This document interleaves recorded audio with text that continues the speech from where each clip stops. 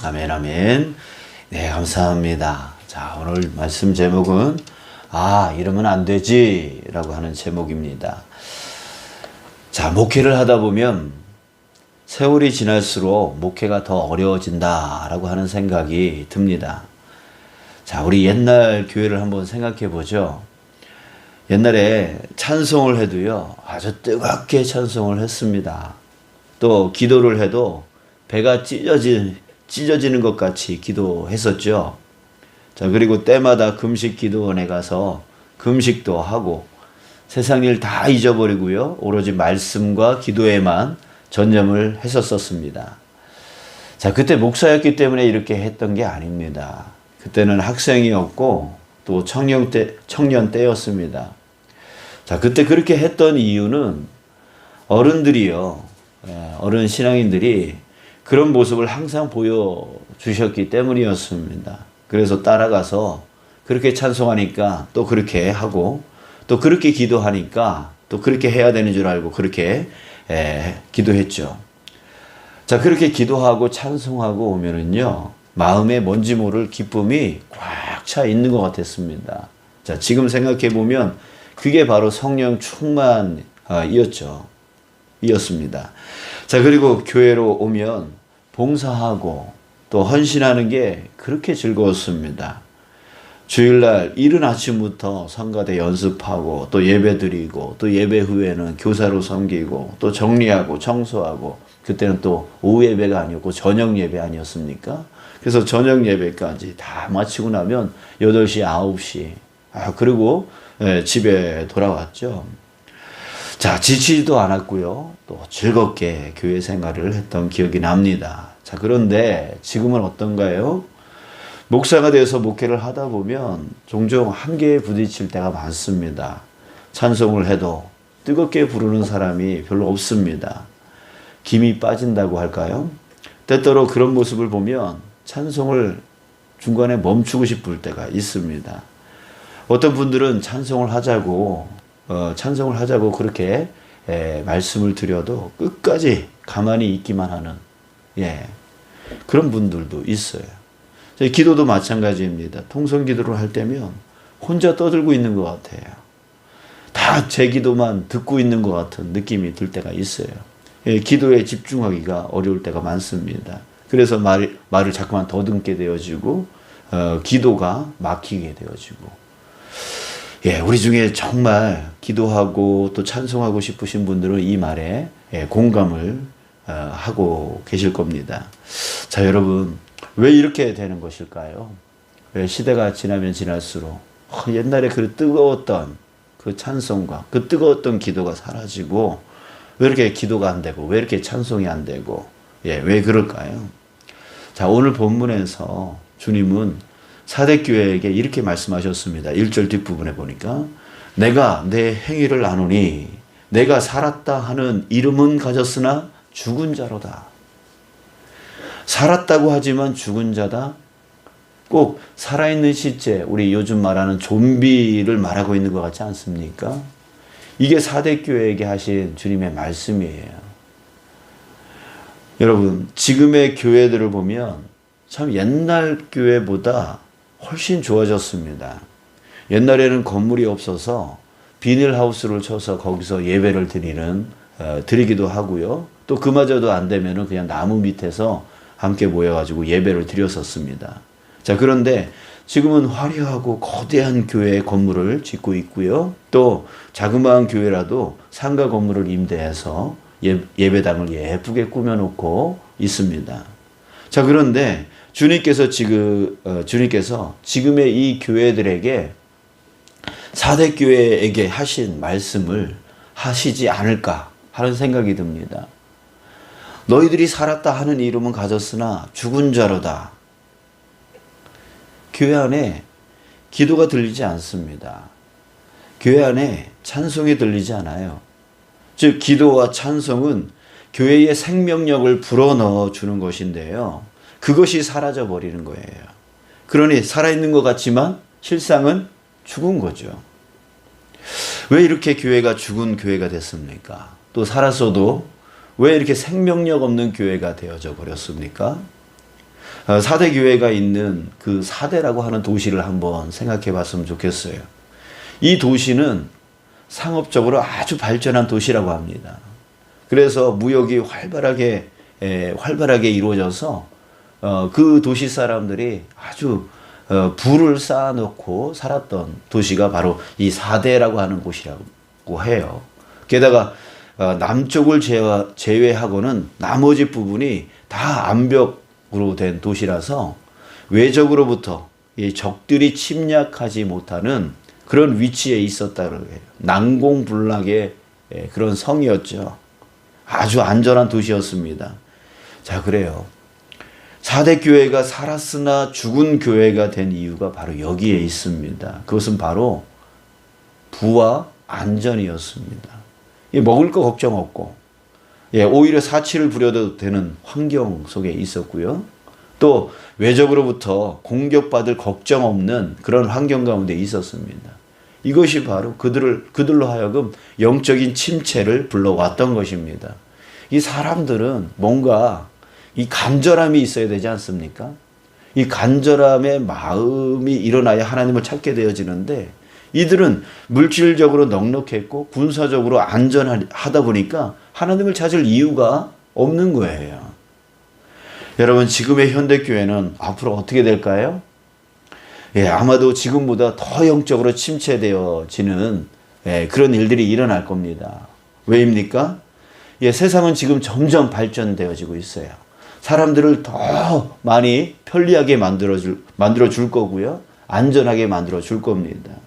자, 그러니 그렇게 편리하고 안전한 가운데에서 있다 보니 하나님을 찾을 만한 이유가 사라져 버리는 것이죠. 그러다 보니까 앞으로 더 영적으로 침체되어질 거예요. 더 기도가 사라질 거고, 더 찬송이 사라질 거고, 더 예배드리기 어려운 환경 가운데 나아가게 되어질 거라는 것이죠. 자, 이때 주님께서 이렇게 말씀하십니다. 2절 보니까 너는 일깨어 이렇게 말하고 계세요. 너는 일깨어. 정신 차려서, 이런 뜻입니다. 정신 차리라고요. 그 남은 바 죽게 된 것을 굳건하게 하라. 그 남은 바 죽게 된 거 뭡니까? 영성입니다. 영성. 그 아주 자그맣게 남아있는 그 영성을 다시금 되살려서 굳건하게 하라, 이렇게 명령하고 계시는 거예요. 자, 3절 뒷부분에 보십시오. 만일 일깨지 아니하면, 너희들이 정신 차리지 아니하면 내가 도둑같이 이르리니 어느 때에 내게 이르는지 내가 알지 못하리라. 자, 주님은 사대교회에게 그리고 우리에게 명령하고 계십니다. 정신 차리라고요. 남아있는 영성을 다시 살려서 굳건하게 하라고 명령하고 계세요. 그렇지 않으면 어떻게 된대요? 주님이 도둑같이 몰래 와서 반드시 심판할 것이다. 반드시 심판할 것이다. 이렇게 말씀하고 계십니다. 자, 그리고 세 가지의 실천 사항을 명령하고 계시는데요. 3절 앞부분을 한번 보세요. 첫 번째는요. 그러므로 내가 어떻게 받았으며 어떻게 들었는지 생각하고. 자, 이 말은 바로 복음입니다. 우리가 처음 그 복음을 받아들이고 복음을 듣고 했던 그때의 그 감격, 정말 하나님의 그 은혜, 이것들을 다시금 생각하라고 하는 거예요. 그 복음의 내용을 다시금 생각하라는 거예요. 자, 둘째, 지켜. 그것을 생각하고 그것을 지키라고요. 셋째, 회개하라. 잘못된 것이 있다면 생각하여서 그것을 고치라. 라고 말씀하고 계십니다. 자, 이 명령에는요, 특징이 있습니다. 어떤 특징이 있냐면, 앞에서 말했던 두 가지 명령, 생각하라, 지켜라 라고 하는 이 말에 문법적으로 보면 현재 능동형입니다. 또 세 번째, 회개하라 라고 하는 말에 그 문법적으로 보면 과거 능동형입니다. 둘의 공통점이 있죠. 능동형이라고요. 능동형은 뭐냐면 수동, 누가 뭐 어떻게 해줘야 그때서야 하는 게 아니라, 능동형이라고 하는 것은 스스로 한다는 거예요. 자기가 살기 위해서. 이 환경이 기도하지 못할 환경이고 찬송하지 못할 환경이고 예배를 드리지 못할 환경일지라도 스스로 자기가 살기 위해서 스스로 그것을 해 나가는 것을 말하는 거예요. 자, 그러니까 스스로 생각하고 스스로 지키고 스스로 회개해야 된다. 이렇게 말씀하고 계시는 거예요. 자, 무슨 말이에요? 다시 한번 생각해 봐요. 지금 사대교회 주변 환경은 부와 안전을 주는 환경입니다. 그렇기 때문에 부족한 것이 없습니다. 부족한 것이 있다면 그것 때문에 하나님을 찾을 텐데 하나님을 찾을 만한 환경이 되지 않는다는 거예요. 그럴 때 어떻게 해야 한다고 하시는 겁니까? 생명력 있는 믿음을 계속 지켜나가기 위해서는 지금부터 스스로 계속 노력을 해야 된다. 노력해야 된다. 스스로 노력해야 된다. 그러지 않으면 영이 죽을 수밖에 없다. 기도가 죽을 수밖에 없고 찬송이 죽을 수밖에 없고 예배가 죽을 수밖에 없고 결국은 너희들은 주님으로부터 떠날 수밖에 없게 되어진다. 지금 이 환경 가운데 가만히 있는다면 그렇게 되어질 수밖에 없는 거야. 죽을 수밖에 없는 거야.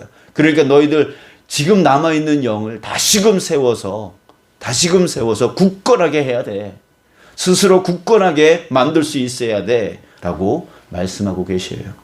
환경에 매몰되지 않고 스스로 깨달으면서 계속 지켜나가야 된다고. 잘못된 것이 있다면 속히 회개해야 된다라고 말씀하고 계시는 겁니다. 누가 깨닫게 해줘야 그제서야 하는 게 아니라 스스로 해야 한다는 거예요. 스스로 하지 않으면 안 된다라고 말씀하고 있는 겁니다. 사랑하는 여러분, 우리도 마찬가지입니다. 5절에 이기는 자는 이와 같이 흰 옷을 입을 것이요 라고 했습니다. 이기는 자 되기 위해서는요, 지금의 환경을 스스로 극복할 줄 아는 자가 되어야 됩니다. 앞으로 더 편리해질 겁니다. 앞으로 더 안전해질 겁니다. 앞으로 더 그렇게 되어질 건데 그 속에서 우리가 살아남으려면 끝까지 이 믿음을 지키면서 이기는 자가 되어지려면 우리는 이 믿음이 매몰되지 않게 그 환경에 매몰되지 않도록 스스로 깨닫고 스스로 노력해서 스스로 기도하고 스스로 찬송하고 스스로 예배할 줄 알아야 되는 거예요. 스스로 이전에 들었던 복음이 무엇인지 생각하고 스스로 그것을 지키도록 노력하고 스스로 잘못된 것을 깨닫고 고쳐나갈 수 있는 삶이 되어야 된다는 거예요. 자, 그래서 전에도 말씀을 드렸지만 기도하기 싫은 마음이 들 때 그때 이러면 안 되지. 이럴수록 더 열심히 해야지. 이런 마음을 가져야 된다는 거예요. 예배 나오기 싫은 마음이 들 때 이러면 안 되지. 이럴수록 더 열심히 해야지. 이렇게 자기를 칠 줄 알아야 된다는 거예요. 찬송할 때도 역시 마찬가지. 좀 더 편하게 예배 드리고 싶어서 찬송 안 부르고 싶더라도 이러면 안 되지. 하나님이 내 이 찬송을 받으시는 것이지 하면서 그 찬송을 더 열심히 부르고 더 크게 더 간절하게 부를 줄 알아야 된다는 거예요. 세상이 편해지면 편해질수록 사탄은요 점점 그것을 이용해서 우리의 기도와 찬송을 또한 예배를 그리고 신앙의 온전한 것들을 무너지게 만들려고 공격하고 유혹을 할 겁니다. 그때 우리는 스스로 자기를 다그치지 않으면 안 돼요. 스스로 다그치지 않으면 안 돼요. 자기 몸을 치지 않으면 안 돼요. 그래서 사도 바울이 고린도전서 9장 27절에서 뭐라 했습니까? 내가 내 몸을 쳐 복종하게 함은 내가 남에게 전파한 후에 자신이 도리어 버림을 당할까 두려워함이로다. 여러분들 우리가 이런 두려움이 있어야 된다는 거예요. 이런 두려움이 있어야 돼요. 기껏 신앙생활 열심히 했었는데 정말 기도 열심히 하고 찬송 열심히 하고 예배 열심히 하면서 정말 주님 붙들면서 여태까지 살아왔는데 그 환경에 매몰되어져서 편리함 속에 그 안전함 속에 매몰되어져서 다 잃어버리면 나중에 결국 우리가 어떻게 되어지는 거예요? 버림을 당할까 두려워함이로다. 여러분들 우리 이런 두려움을 꼭 가지면서 이러면 안 되지. 이러면 안 되지. 내가 오히려 더 열심히 기도해야지. 더 열심히 찬송해야지. 더 열심히 예배에 나가야지. 하면서 자기 몸을 쳐서 정말 그렇게 하고 싶지 않은 마음을 내가 스스로 이겨나갈 수 있는 자 되어야 된다는 거죠. 자, 그래야 이 편안함의 시대에 끝까지 믿음을 지킬 수 있고요. 겉만 그리스도인이 아니고 속도 그리스도인으로 온전히 살아갈 수 있는 겁니다. 이런 자가 예수님 재림 때에 흰옷을 입고 구원받는 자 되는 것입니다. 자, 여러분, 우리 기도 찬송 안 된다고 우리 제자리에 머물지 마시기 바랍니다. 기도 찬송을 모른다고 포기하지 마시기 바랍니다. 자기 편한 쪽으로 가시면 안 돼요. 예, 자기 마음의 생각대로 쫓아가면 안 돼요. 그것이 바로 그 방향이 예수님으로부터 멀어지는 방향이면 반드시 회개하고 고쳐서 돌아와야 되는 거예요. 자기 몸을 쳐서 하게끔 해야 되는 거예요. 누가 시켜서, 목사가 시킨다고, 또 누가 시킨다고 해서 그렇게 하는 게 아니라 이제는 스스로 지켜나가지 아니하면 안 되는 시대에 우리가 지금 살고 있습니다. 사탄이 우리를 찾아와서 우리의 입술을 막아버리고 우리의 마음을 막아버리고 우리의 예배를 막아버립니다. 지금 코로나19 어떻습니까? 이 코로나19 때문에 이제는 외적으로 우리의 예배를 방해하고 있고요. 우리가 기도하지 못하게 만들고 있고 우리가 찬송을 부르지 못하게 만들고 있어요. 찬송 부르면 침 튄다고 부르지 못하게 하고 있잖아요. 통성기도 하려고 치면 침 튄다고 또 못하게 하잖아요. 예배 못 드리게 했잖아요. 그러니까 지금 이 시대가 더 악해지고 있고요. 더 우리로 하여금 기도, 찬송, 예배 못하게 방해하고 있어요. 그거 누가 하고 있는 거예요? 세상이 하고 있는 게 아니에요. 이 정부가 하고 있는 게 아니에요. 그 배후 세력 가운데에 공중권세 잡은 자가 있다라고 했습니다. 그게 누구예요? 바로 사탄인 거예요.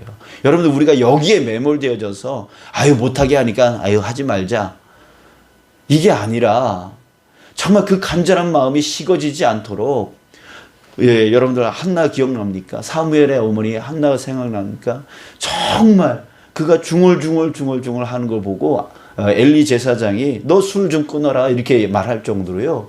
정말 그 답답한 마음을 터뜨리지 못해서 그 속에서 간절하게 기도했던, 우리가 이 소리를 크게 해야 된다라고 해서 기도가 아닙니다. 정말 주님을 향한 그 간절한 마음 있으면 되는 거예요.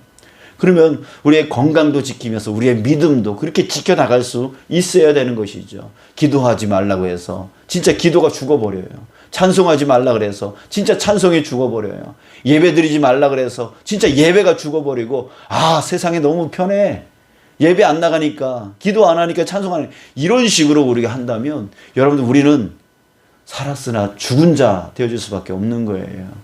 여러분들 그러기를 원하십니까? 정말 마지막 때에 예수님이 재림하는 때에 반드시 예수님이 오실 텐데, 그때에 우리가 주님, 내가 믿음 잘 지켰습니까? 잘 지켰습니다. 여러분들, 우리가 이렇게 말할 수 있는 걸까요? 아니요. 주님께서 그렇게 말씀하실지 몰라요. 야, 네 누구냐? 난 모르겠다, 너. 이렇게 말하면 여러분들 어떻게 하겠습니까? 여러분들, 그것에 대해서 우리가 두려운 마음 가져야 될 줄 믿습니다. 그래서 다시 내 기도가 죽었다면 다시 내 몸을 쳐서, 내 찬송이 죽었다면 다시 내 몸을 쳐서, 내 예배가 죽었다면 다시 내 몸을 쳐서 회복시켜야 되는 거예요. 빨리 회개하고 지켜서 복음으로 나가야 되고 예수님께로 나가야 되고 예수님 바라보며 살아갈 수 있는 자 되어져야 됩니다. 앞으로 더 편리해질 거고 더 안전해질 거고 더 그렇게 환경이 되어질 것인데, 그때 우리 정말 이 환경들을 이겨나갈 수 있는, 스스로 이겨나갈 수 있는 자 되어야 될 줄 믿습니다. 자, 여러분, 오늘 이렇게 기도했으면 좋겠어요. 세상이 점점 기도와 찬송과 예배가 힘들어지는 이때에 다시 예수님께로 돌아가서 복음을 깨달아서 말씀을 지켜 행하게 하여 주시옵소서. 다시 주님을 향한 뜨거운 마음을 회복시켜 주시옵소서. 기도 찬송 예배를 뜨겁게 할 수 있도록 도와주시옵소서. 우리 주님의 도우심을 우리 구하고 성령 충만함을 위해서 우리 기도했으면 좋겠습니다. 기도하겠습니다.